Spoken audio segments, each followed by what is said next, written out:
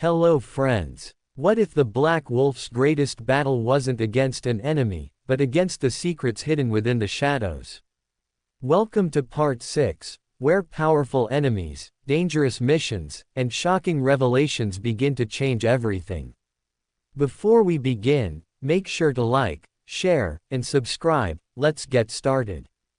Chapter 10 Trouble in Suna. When the lights suddenly illuminated the place, everyone was dumbfounded to see that Black Wolf, the one who was doing the exam downstairs, suddenly appeared behind them, without no one noticing, well, no one except his own team, who was already accustomed to the wolf-masked Anbu appearing out of nowhere. Tsunade, for one, was watching Naruto with a sort of pride and both fear, since she figured that with his Ukami wolf jutsu, he could enter pretty much anywhere and leave unnoticed, hence his performance both at the Anbu Junin exams and getting inside this booth. While Tsunade was gauging the possibilities of assassination and document retrieval missions for Naruto, the other people present in the room were studying the Anbu member with fear and strange sense of familiarity. Apart from Asuma, Kurenai and Naruto's Anbu team, none of the Chunins present knew Black Wolf's identity. In fact, the only familiarity was caused by the members' blonde hair, since they didn't know anyone with blonde hair other than Naruto, however could very well be a chance for not being caught. Back to Tsunade, she wanted to just stare and say nothing, but because of her position, she had to say something to break the silence. "Where is the document, Black Wolf?" asked Tsunade, to which Naruto simply tossed the scroll towards the Hokage, to which she caught with ease. "Very well, mission accomplished, Black Wolf. Since neither the guards below nor the hidden cameras caught your movements, you passed the examination with flying colors. Congratulations, you've been promoted to Junin," said Tsunade, smiling deeply at her surrogate brother. Meanwhile, the Junins present, who knew all about Naruto growing up, were sharing little cries of happiness for the blonde, but for different reasons. Kakashi was happy since his once genin team was developing nicely with 2 Chunins and 1 recently promoted Anbu Junin. Kurenai was happy because of her relationship with Black Wolf aka Uzumaki Naruto, but sad since she wouldn't be able to taunt him because of his ninja rank. Asuma, for his part, smiled at seeing the first of Naruto's generation to become Junin, since Neji was 1 year older than him. Naruto for his part bowed to Tsunade, in a tone of appreciation for the promotion, and then manifested. "I appreciate the promotion, Tsunade-sama, however I'm due to ask who thought of the idea of placing hidden cameras inside the compound." "Those are very tricky to pass by," asked Black Wolf, just for a tall man in a lion Anbu mask with a huge coat to enter the place. "It was my idea, Black Wolf. I was the one who put the cameras inside." "Any problem with that?" asked Tenzo, trying to become serious with the situation, despite the fact that Naruto was promoted. Black Wolf, after hearing the Anbu chief manifest, turned and kneeled in front of him, showing the respect for the man. "Not at all, sir. I was just curious, since none of the old Anbu Junin exams contained other means of guarding places other than shinobis," said Naruto. "The reasons as to why I set those cameras inside served for 2 reasons, Black Wolf. 1, to surely test your infiltration abilities as well as be able to make sudden choices that could endanger the completion of the mission. I have to give it to you, though. I thought I went overboard when I put the last camera, but you managed to get past it, using a strange jutsu. 2nd, from Anbu reports I've been reading, it seems that some of the missions were endangered because of the usage of cameras inside the place of infiltration. This test was to gauge if you were prepared in case such a thing actually happens while on a mission. So, congratulations on becoming an Anbu Junin, Black Wolf. Now your team is completed," said Yamato before giving his back and walking away, to which Black Wolf got up and turned to the others present in the room. "So Tsunade-sama, can I take my leave now? Suppressing my chakra like that takes a lot out of me and I'd like to take a little rest to recover," said Naruto, to which Tsunade nodded. Just as Naruto was about to leave, Tsunade smiled upon seeing the ones from Naruto's graduation class look slightly dejected from not knowing who the mystery Anbu is, so she decided to break the Anbu's identity protocol. Black Wolf, one more thing before you leave, there is one more thing I need for you to do, said Tsunade, to which Naruto turned and bowed so that Tsunade could speak. May I ask you to take off your mask, Black Wolf? Asked Tsunade, earning shocks of surprise from Kakashi, Asuma and Kurenai, who thought at the same time how crazy it was to do a thing like that. Naruto for his part turned to gauge the old hag's pretension with this. For 1 year, Naruto was operating behind the curtains, using the Black Wolf mask as he went through missions and protected his home. After hearing this, he remembered the Hokage wanting to give a name for him so that other villages would be wary of the Black Wolf mask Anbu from Konoha. Now she wanted to expose him in front of everyone. However, as an Anbu, he was supposed to follow orders from the Hokage, since Anbu reported only to her and the Anbu chief, so Naruto complied and took off his mask. To say everyone in the room was surprised, it would be an understatement. Their jaws were sent to the ground after remembering everything that the Anbu did, and now they saw that the Anbu was in fact Uzumaki Naruto, once obnoxious, knucklehead incompetent ninja to now being promoted to Anbu, joining at the age of 16. Because of his sudden disappearance, none of the Chunins could understand what happened to the blonde. Of course, Sakura was the one who initiated the conversation. Naruto, is that really you? Asked Sakura before seeing the blonde not even fazed upon looking at her. Why did you abandon our team? Asked Sakura, now on the verge of tears, but not because Naruto became an Anbu, but the fact that she was alone and memories from Kurenai's conversation with her filled her mind. Naruto, however, chose to not mutter a single word to the pink-haired Chunin. He wondered where those tears lied, since in close to 1 year, he didn't even hear her asking him, not that he was waiting for, that's for sure. And now here she is, voicing her frustrations on him. Tsunade for her part was surprised to see Naruto not even wanting to open his mouth in protest. However, she knew that Sakura's tears weren't towards Naruto, but rather her choices in life. Nonetheless, she was surprised to see Naruto not trying to comfort her at all. The other Chunins present wanted nothing to do with comforting Sakura. They all knew that Sakura blamed Naruto for hurting the precious Sasuke 1 year ago, however none of them expected to see that Naruto's face was void with any kind of emotion. After a while, Kurenai stopped towards Naruto and asked if he was okay, to which Naruto smiled at her and nodded in affirmative. Do not worry, Kur-chan. I tried to become her friend when she blamed me for hurting Uchiha. Sakura only thinks of herself, and seeing her like this could only mean that the Uchiha rejected her, said Naruto, to which Sakura looked at him and cried even more, proving his point. Naruto, while I share your thoughts of Sakura, why you disappeared for a year? Asked Shikamaru, making Naruto look at him still unfazed by everything. Sorry Shikamaru, other than a few personal reasons of my own, I'm forbidden to tell. If you wish to learn about my personal reasons, I can tell you some other time. Now I really have to rest for a while. Because of my high chakra capacity, suppressing it takes a lot of my control, said Naruto before he put on the black masked Anbu mask and shone away within a small tornado, leaving everyone inside. After a while, Sakura calmed down and left with Tsunade, who wanted to speak to her. The Junins and Anbu all vanished as well. However, the Chunins chose to stay a while to talk about the sudden revelations about the blonde enigma. Who would have guessed that Naruto was all this time doing missions as an Anbu? I remember Asuma-sensei telling me about him getting a lot stronger, but this was surreal, said Shikamaru, to which Ino nodded. Although, I'm happy for him, I happened to see him and Kurenai-sensei having the most wonderful date in the park. He surpassed us all in no time, Shika, said Ino, to which Shikamaru smiled and nodded.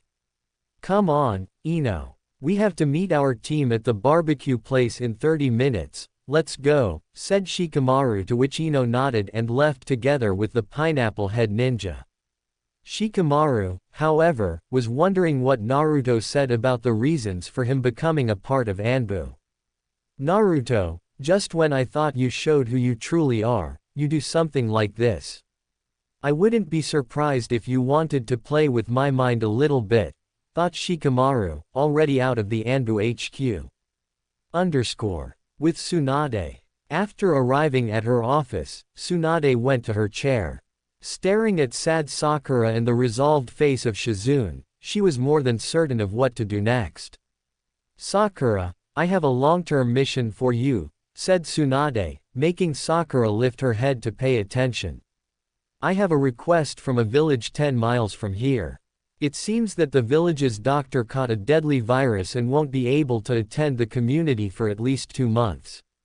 You are to go there and replace his position as well as try to heal the man. In there, you'll receive all the necessary medical supplies, even being able to request from us should the need arise. You are to leave tomorrow, understood? Asked Tsunade, to which Sakura lifted her head and nodded. This will be good for you, Sakura. Give your mind some freedom to think of the future. When you arrive at the village, talk to the mayor for him to fix you an apartment for you to stay in, he'll be happy to supply you with one, said Tsunade, earning another nod from Sakura, who then got up and left the office, still sad about seeing Naruto moving on in life. After she left, Tsunade and Shizune were surprised that she didn't show resistance towards the mission and wondered if the girl was finally waking up from her delusional dream. Do you think she'll be alright on her own? Asked Shizune, who, although liked to teach some lessons to the girl personally, was worried about her learning on her own. She needs to see what the world really is. Here she has my protection, because of my foolish act of labeling her as my apprentice. She was too young to understand such a position. There, she will have to fetch for herself, thus, growing up. Just like Naruto had to fetch for himself while on Anbu, said Tsunade, to which Shizune nodded and smiled while knowing of his promotion to Anbu Junin. I'm surprised that he managed to grow so much in so little time, said Shizune, to which Tsunade smiled and nodded. I know. I remembered when he came asking for the Anbu position a year ago. The Anbu commander thinks highly of him and his Anbu team. He's thinking of creating a special Anbu unit out of them. Together, they were able to take Akatsuki member and former member of the Seven Swordsmen of the Mist Hoshikage Kisame, said Tsunade while looking at some documents pertaining to Sakura's long-term mission. However, upon thinking further, she remembered the other Uchiha being in Konoha and was happy to know that Sasuke was on a mission towards Iwa. Thinking of the last original member of Old Genin Team 7, Tsunade considered the last Uchiha to be doing quite well. Under the tutelage of a more direct Junin like Aoba, who didn't treat him better just because he is the last of his kind. If everything goes well, Sasuke could become a Junin in a year and Sakura could as well, if she wasn't blinded by her position of authority, thought Tsunade as she ran through the documentation. In Naruto's house. After Naruto left, he went straight to his apartment. He was happy that now he is a Junin, but he couldn't see why the Hokage wanted to expose him so much. He thought he was quite clear when he told them he wanted to operate behind the curtains, and now the Rookie 9 will know that he is an Anbu, including Sasuke.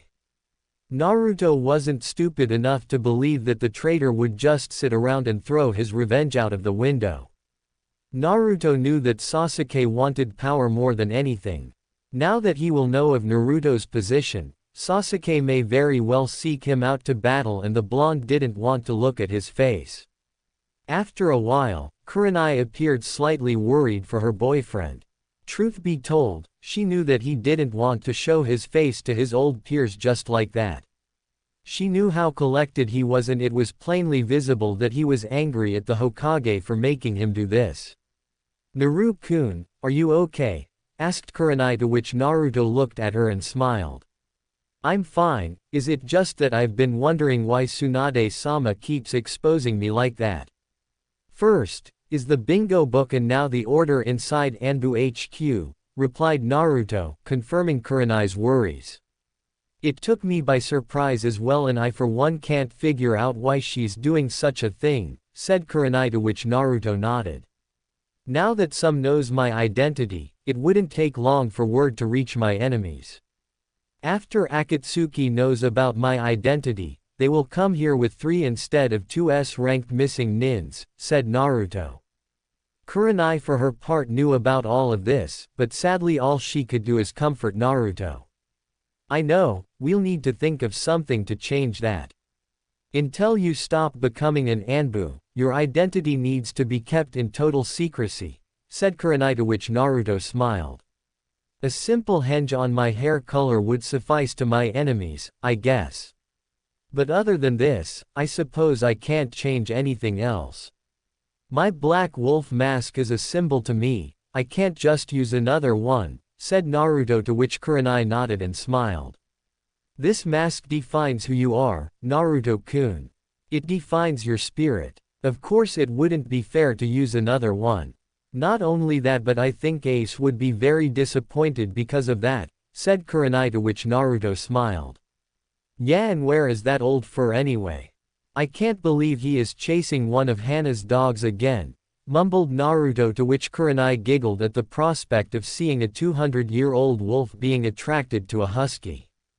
In Tsunade's office. After Shizune left, Tsunade was dealing with the paperwork. She absolutely hated the damn paperwork, since almost half of it consisted of council and diplomacy issues with villages and other countries. However, when she sensed a familiar presence, she relaxed and let the presence enter the room. Hitaki Kakashi smiled and entered the room from the window. Kakashi, what can I do for you? Asked Tsunade, to which Kakashi just sighs and puts both his hands inside his pockets.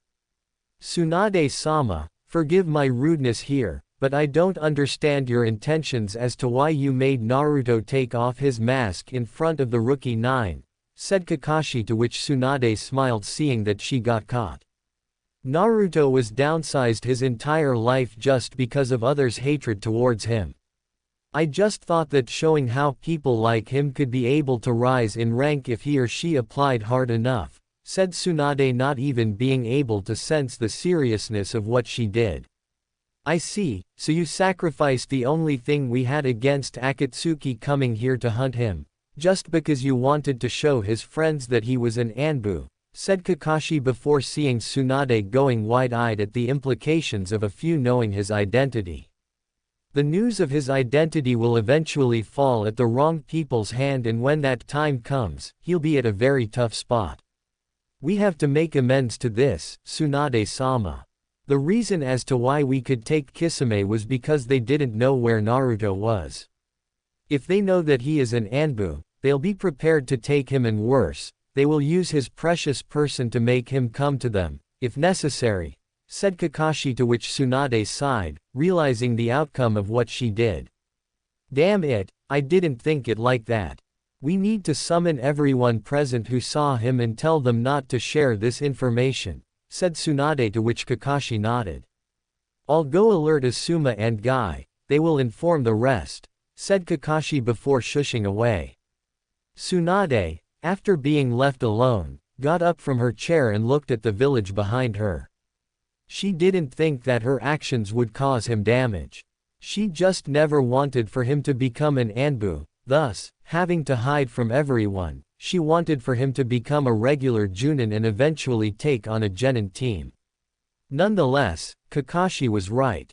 Right now, the only reason as to why Akatsuki haven't bothered us until 2 days ago was because they didn't know of the blonde's whereabouts and probably were sent here for reconnaissance.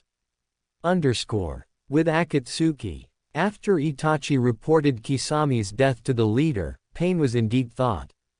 According to Itachi, they were caught and had to engage against Konoha's Anbu force and the Hokage. Itachi told him that one Anbu with a black wolf mask delivered the killing blow at Kisami's heart, thus killing him instantly. It was a mistake to send someone they were expecting. Next time I'll send Zetsu, he should do the job as well. Itachi, I'm releasing you from the Kyuubi. Your presence in Konoha will alert everyone and we can't afford another loss like Kisame, Sasori, Deidara, Kakuzu and Hidan, said Pain, to which Itachi nodded. At a moment, though, Sharingan eyes were locked with Rinnegan eyes. Truth be told, Pain didn't like Itachi. He suspected that Itachi was playing both sides, so he needed to take him away from Konoha. Itachi for one didn't want to go back to Konoha anyway. He saw the level of the Anbu force there and wondered how much stronger they've gotten since he went away. However, Itachi was thinking of the one wearing a black wolf mask. Itachi couldn't look into his eyes with the Sharingan, because he wasn't able to look into the man's eyes, but he found the man vaguely familiar. After a while, he shrugged it off since he wouldn't be sent to Konoha anymore. Back with Pain, he called for the member he was thinking of. Zetsu, I need you to find out where the Kyuubi Jinchuriki is. I sent Kisame and Itachi to Konoha and Itachi returned with Kisami's corpse. I don't want you to engage, simply try to gauge information of Uzumaki Naruto's whereabouts, said Pain, to which Zetsu nodded and disappeared. In Konoha, the next day. After Naruto woke up, he looked at his companion with a smile. Kurenai chose to sleep with him to keep him company, and that alone made Naruto's day even more amazing. He is in love with her, and the thought of Akatsuki capturing her just to get to him was unnerving to say the least.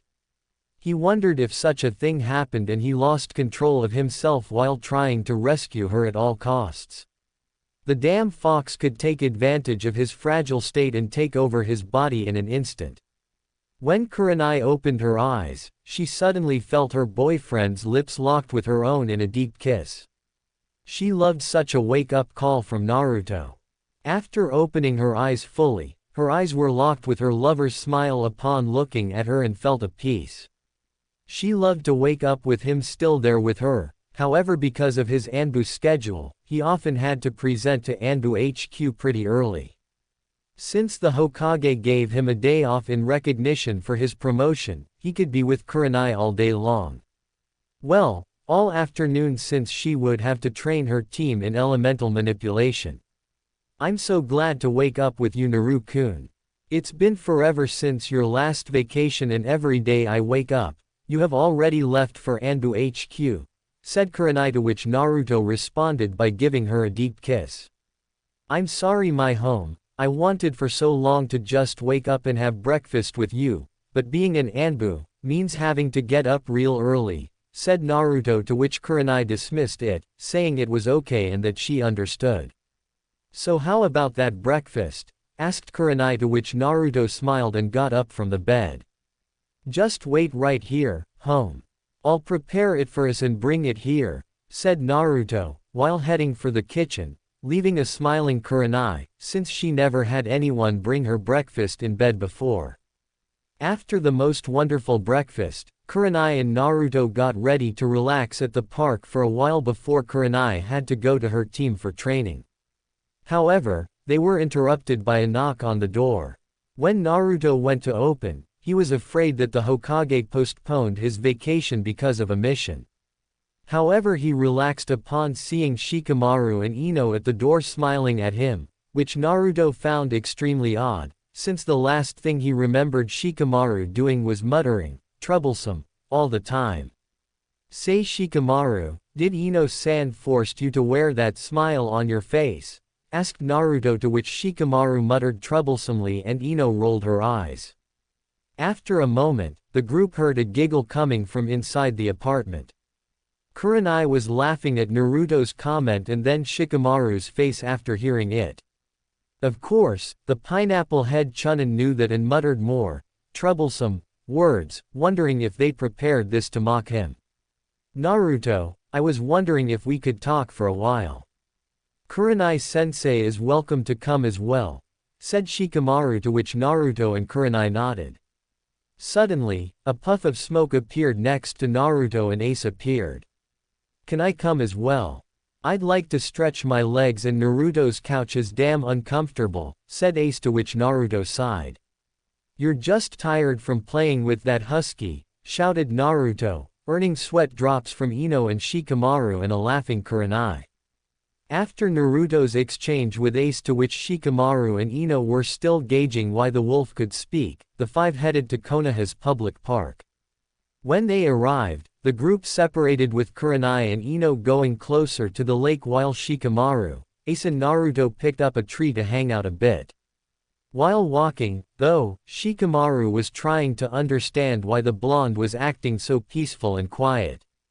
Shikamaru himself was all in favor of not muttering even a single word, however when he saw the once hyperactive stamina freak Genin, now behaving like he didn't have a care in the world, kind of unnerved the Chunin. So, how's life been treating you? Asked Shikamaru while watching Ino and Kurenai resting their feet on the cool water while enjoying the conversation. Naruto for his part smiled upon remembering what happened until today. Can't complain, Shikamaru, you know. I'm with the girl I'm in love with, just promoted to Anbu Junin and I'm able to learn a lot from other Anbu comrades. The only downside of it all is lack of sleep and lack of time to spend some time with Kurenai-chan. But apart from that, life's been great. How about you? Said Naruto, earning nods from Shikamaru, who seems to have the urge to smile all of a sudden. Can't complain so much, I'm afraid. Team 10 is doing pretty great under Asuma-sensei's tutelage and we're getting tougher missions. Ino is not so troublesome anymore and Choji is still Choji, however in his case I don't think he'll ever change. My mother is still troublesome, but I can't complain, though, since Ino has been able to calm her nerves a lot, said Shikamaru, before turning to the blonde, which didn't go unnoticed by the blonde. So, Shikamaru, I understand you're starting to like Ino, said Naruto, catching Shikamaru off guard, to which Naruto chose to elaborate. You never seem to take your eyes off her, always talking about her, and according to you, she saved you countless times from your mother's wrath. Sounds like the beginning of a relationship to me, said Naruto, to which Shikamaru at first rolled his eyes but then smiled and once again looked at the blonde Yamanaka. You know what? I guess this relationship that you're talking about isn't as troublesome as I first thought it was. Tell me, I'm curious about something. How did you and Kurenai-sensei get together? Asked Shikamaru, to which Naruto smiled and took a look at the smiling Kurenai before telling the story of when they met. While Naruto was relaying what happened, Shikamaru was surprised that Naruto had to close his heart once he saw Kurenai together with Asuma. Shikamaru also learned that in his first year as an Anbu, he had to rescue Kurenai from Kumo's clutches and the fact that Naruto was so cold towards her at the time. According to Naruto, at that time, Naruto couldn't look at Kurenai without remembering what it was like to hold her in his arms and kiss her with passion. However, when Naruto finished the story with the encounter at the forest near the river, Shikamaru was flabbergasted. Of course, he wasn't a romantic kind of guy, but upon hearing the story, he smiled at the prospect of something like that happening to him. With Ino and Kurenai. After they separated from the guys, the girls initiated a heated conversation about intimate details and how their respective men treated them.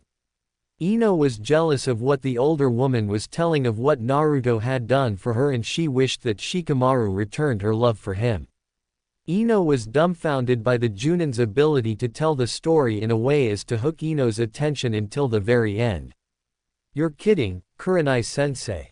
Don't tell me you yanked Naruto's mask off and kissed him while he was on a mission. Ino still didn't believe that such passion even existed. I wasn't thinking back then, of course, Ino-san.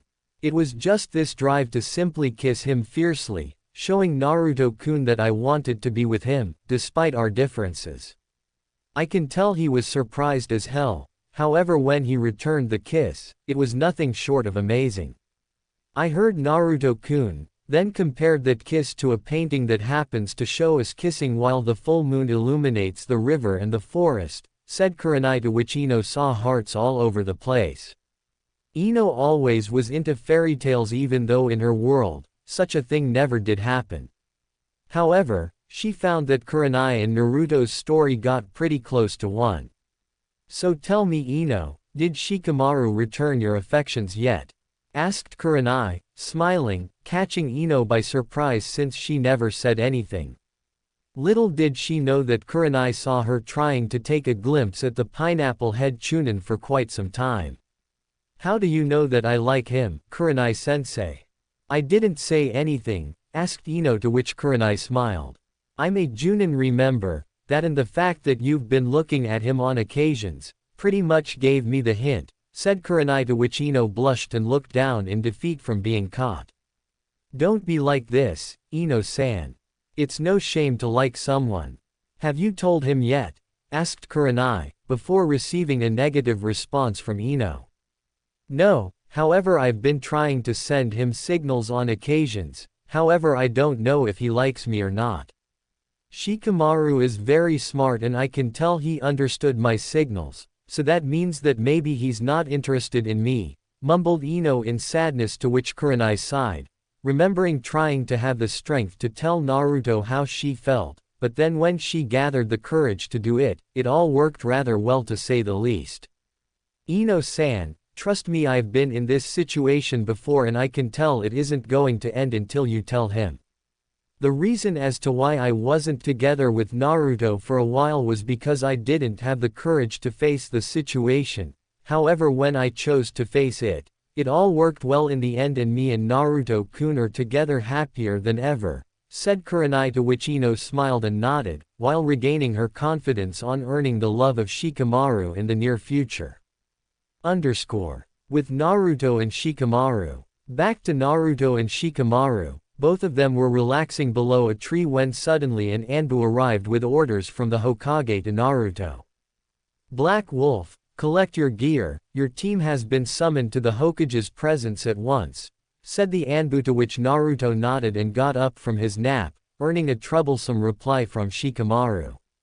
I see now what you said about the downfalls of being an Anbu, said Shikamaru, to which Naruto nodded and then vanished towards Kurenai in order to tell her the sad news of his sudden mission calling. Shikamaru found it strange that Naruto's face turned from peaceful to angry, but shrugged it off since he would be like that if he got called on his day off. Truth be told, he hated doing this to Kurenai. This was his day off and he wanted so much to spend with his lover. However, he couldn't do anything, since Anbu were obligated to respond to the Hokage's orders right away. When he appeared near Kurenai to tell her the sad news, however he didn't need to since Kurenai already saw his sad face and knew the reason for Anbu's appearance. Kur-chan, I'm sorry said Naruto, but was interrupted by his lover's smile dismissing the apologies. Don't need to apologize, Naruto-kun. I understand your position and I understand the Hokage wouldn't call you on your day off unless it was utterly important, said Kurenai, to which Naruto nodded and gave her a little kiss and then vanished. Ino, seeing Kurenai sigh and look down to the ground, became worried about her new friend. She was surprised to see the Hokage's consideration of Naruto's abilities to summon him on his day off, but seeing Kurenai look down, she realized that the couple had plans today and that was ruined by Naruto's call for a mission. Kurenai-sensei, are you okay? Asked Ino, to which Kurenai, still looking down, said. No, I'm not Ino. I love Naruto to death, but his job as an Anbu has been reducing our time together to almost none. It's not his fault, it's just that the Hokage worships Naruto's Anbu team as one of the best since Kakashi's and Itachi's, said Kurenai, almost on the verge of tears since she couldn't be with her boyfriend even on his day off from work. At some point, Shikamaru arrived only to see Kurenai almost on the verge of tears. Looking at Ino, she smiled and turned to look at the Junin whose tears were beginning to fall. I'm sorry, I wasn't supposed to be like this, but I can't help it, said Kurenai, to which Ino and Shikamaru kneeled next to her to comfort her. Kurenai-sensei, if it helps any, Naruto was almost on the verge of ripping the messenger's guts from doing this, I'm sure he'll let the Hokage know of his frustrations, said Shikamaru, to which Kurenai smiled at the sight of Naruto talking to the Hokage. Thanks, Shikamaru. I know he will. Naruto doesn't behave well to people who treat him unfairly. He's a strong shinobi, therefore I have to be strong for him, said Kurenai, earning smiles from Ino and Shikamaru, whose thoughts were pretty much similar. I wonder if I'll have that with Ino, Shika as well, thought both of them at the same time, while looking at the fierce Kunoichi in front of them. Naruto-kun, please come back safe to me, thought Kurenai as she left the park together with Ino and Shikamaru.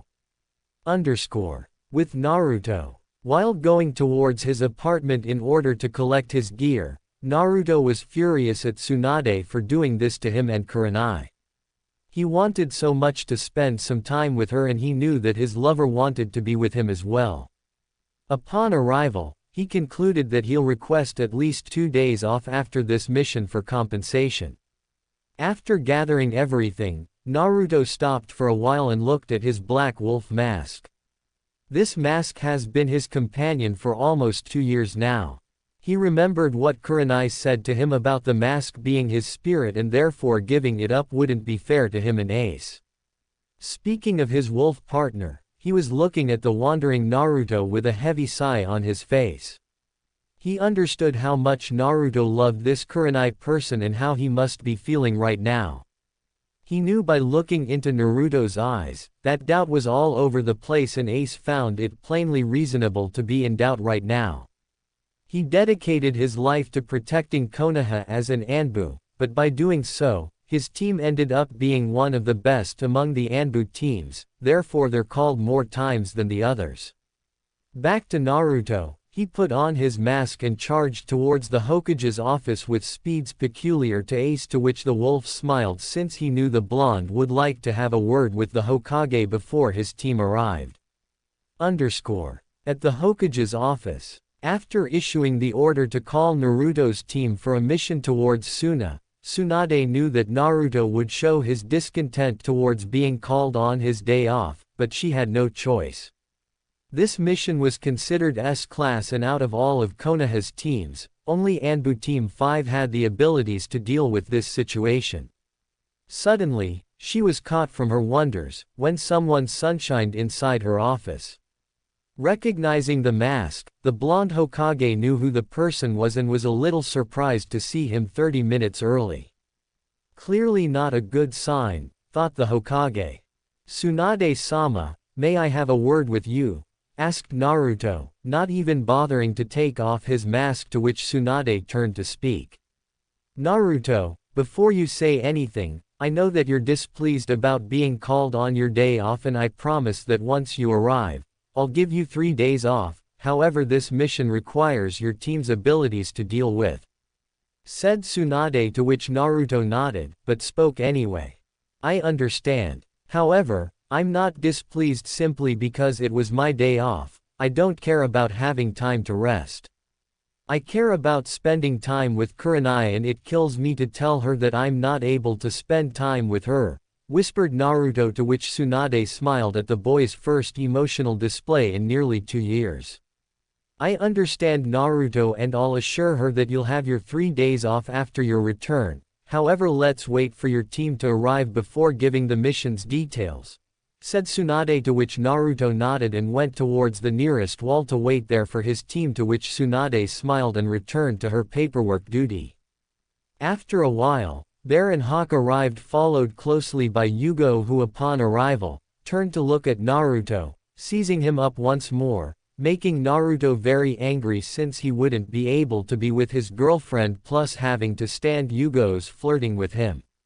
Since Team 5 is present, we can begin with the mission. This morning I received a request from the Cage for us to send a Junin-level team to assist them with some high-level missing-ins that are terrorizing one of Wind Country's villages. According to the Cage, some of the missing nins were from Konoha, so you'll be doing a Hunter Nins mission. Team 5 is to leave right away towards Suna to meet with the Cage. Hawk will be the leader of this mission. Dismissed, said Tsunade, to which the team nodded and vanished towards the respective gate. With Team 8, Kurenai, after regaining her composure, went to meet her team for elemental ninjutsu practice. Together with her was Kakashi, since the silver-haired Junin practically knew all forms of elemental ninjutsu. At the moment, Hinata was already able to manipulate Suiten chakra. Because of her excellent chakra control, Kiba was already able to make a little earthquake, and Shino already managed to channel Raiden chakra through his chakra coils. All in all, Kakashi and Kurenai were amazed by Team 8's ability to learn that fast. However, they weren't surprised when the answer for that was to surpass their Anbu peer Uzumaki Naruto. After hearing that, Kurenai and Kakashi smiled upon seeing that Naruto could cause that on people. Suddenly, both Junins turned to see 5 presences arriving very fast. However, only Kakashi knew who they were simply because of the way they moved. As the team of Anbu approached, Kurenai recognized one chakra signature and smiled. Truth to her senses, Naruto looked at her and waved her goodbye, as well as showing her 3 fingers to Kurenai, making her smile more than anything. Kurenai understood Anbu's signals and recognized Naruto's message to her. 3 days, Naruto-kun. I'll be waiting for your return. We'll travel to a hotel together, thought Kurenai before turning to her team. Back to Anbu's team, Bear was using all the blackmail he could against Black Wolf, making Hawk laugh.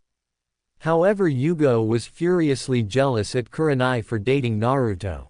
Back to Naruto. He was glad that he was able to tell Kurenai the good news, so now he could focus on the mission in hand. He smiled at the prospect of meeting Gaara once again. Because of their inner demons, both of them shared a brotherly relationship.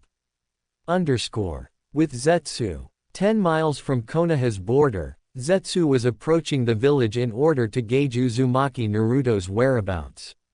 So far, the only method of searching a Jinchuriki was to sense demonic chakra. However, after some time, they couldn't sense any trace of Kyuubi's chakra inside of Konoha, which could only mean that either the Jinchuriki is dead or he left the village. It seems that the demonic chakra is not in the village, also I can't sense any trail of where he's been, thought Zetsu, as he began to gauge his options regarding the mission. Since he couldn't sense the Jinchuriki, the next alternative would be entering the village and interrogating someone, but that would endanger his position and therefore ruin the mission. Reaching a conclusion, he closed his eyes and made the astral projection technique to report to the leader. Yes, Zetsu, report, said Pain, to which Zetsu began his report. Pain-sama, so far I haven't sensed any presence of demonic chakra in Konoha or near Konoha in that manner.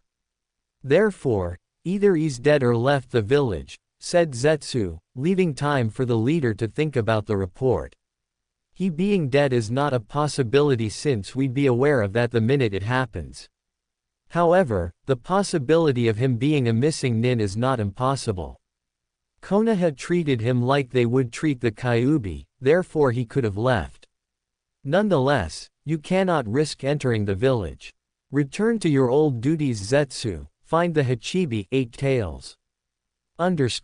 With Team 5. 1 day later, Team 5 was already running along the desert to reach Suna Hidden Village. Along the way, the group rested each for 2 hours, with guarding rotation between the members. From Hawk's calculations, the team should be arriving in Suna in 2 hours. At one time, during the trip, the team were chatting about who were the Konoha missing nins that they would be facing. Of course, Naruto wouldn't be able to know since none of the ones from his age ran from the village except for the Uchiha. Hawk and Bear knew of 2 brothers that were causing a lot of commotion 10 years ago, but they weren't sure if the brothers were still alive or not. However, they were known for being very strong and could easily beat a team of 4 Chunins each. Yugo for her part couldn't remember one missing nin that was still alive, because Anko one time killed the guy. After 2 hours, the village was visible and the team arrived in front of the gates. Halt, state your reason for being her Anbu, said one Suna Chunin, to which Hawk presented the order from the cage, while saying that Team 5 was sent here to assist Suna in dealing with some missing nins. After the Chunin revised the order, he authorized entry to the village and proceeded to escort the Anbu team to meet the Kazekage, after leaving the other Chunin to guard the gates for a while. The Kazekage's office. Sabaku no Gaara was a very busy man. Being appointed to Kazekage at the age of 15, the ex-Jinchuriki had to get accustomed to the busy and strenuous life of dealing with paperwork. Nevertheless, Gaara was doing a much better job than the Hokage when dealing with the paperwork. If one would look into his office, stacks of scrolls deeply organized from mission ranks and village documents. Right now, Gaara was reading the report of an information-gathering mission on the village which was attacked by missing nins. According to the report, close to 20 missing nins formed a group called Red Dragon, and were terrorizing a village 5 miles west from the hidden village. However, Gaara heard a knocking on the door. Kazekage-sama, a team sent by Konoha arrived. "Sir," said the guard Chunin, to which Gaara simply issued a "come in," and the door was opened.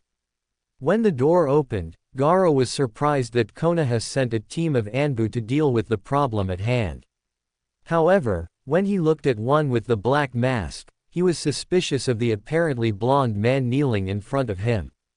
However, his musings were cut short when the one with the hawk mask turned to speak.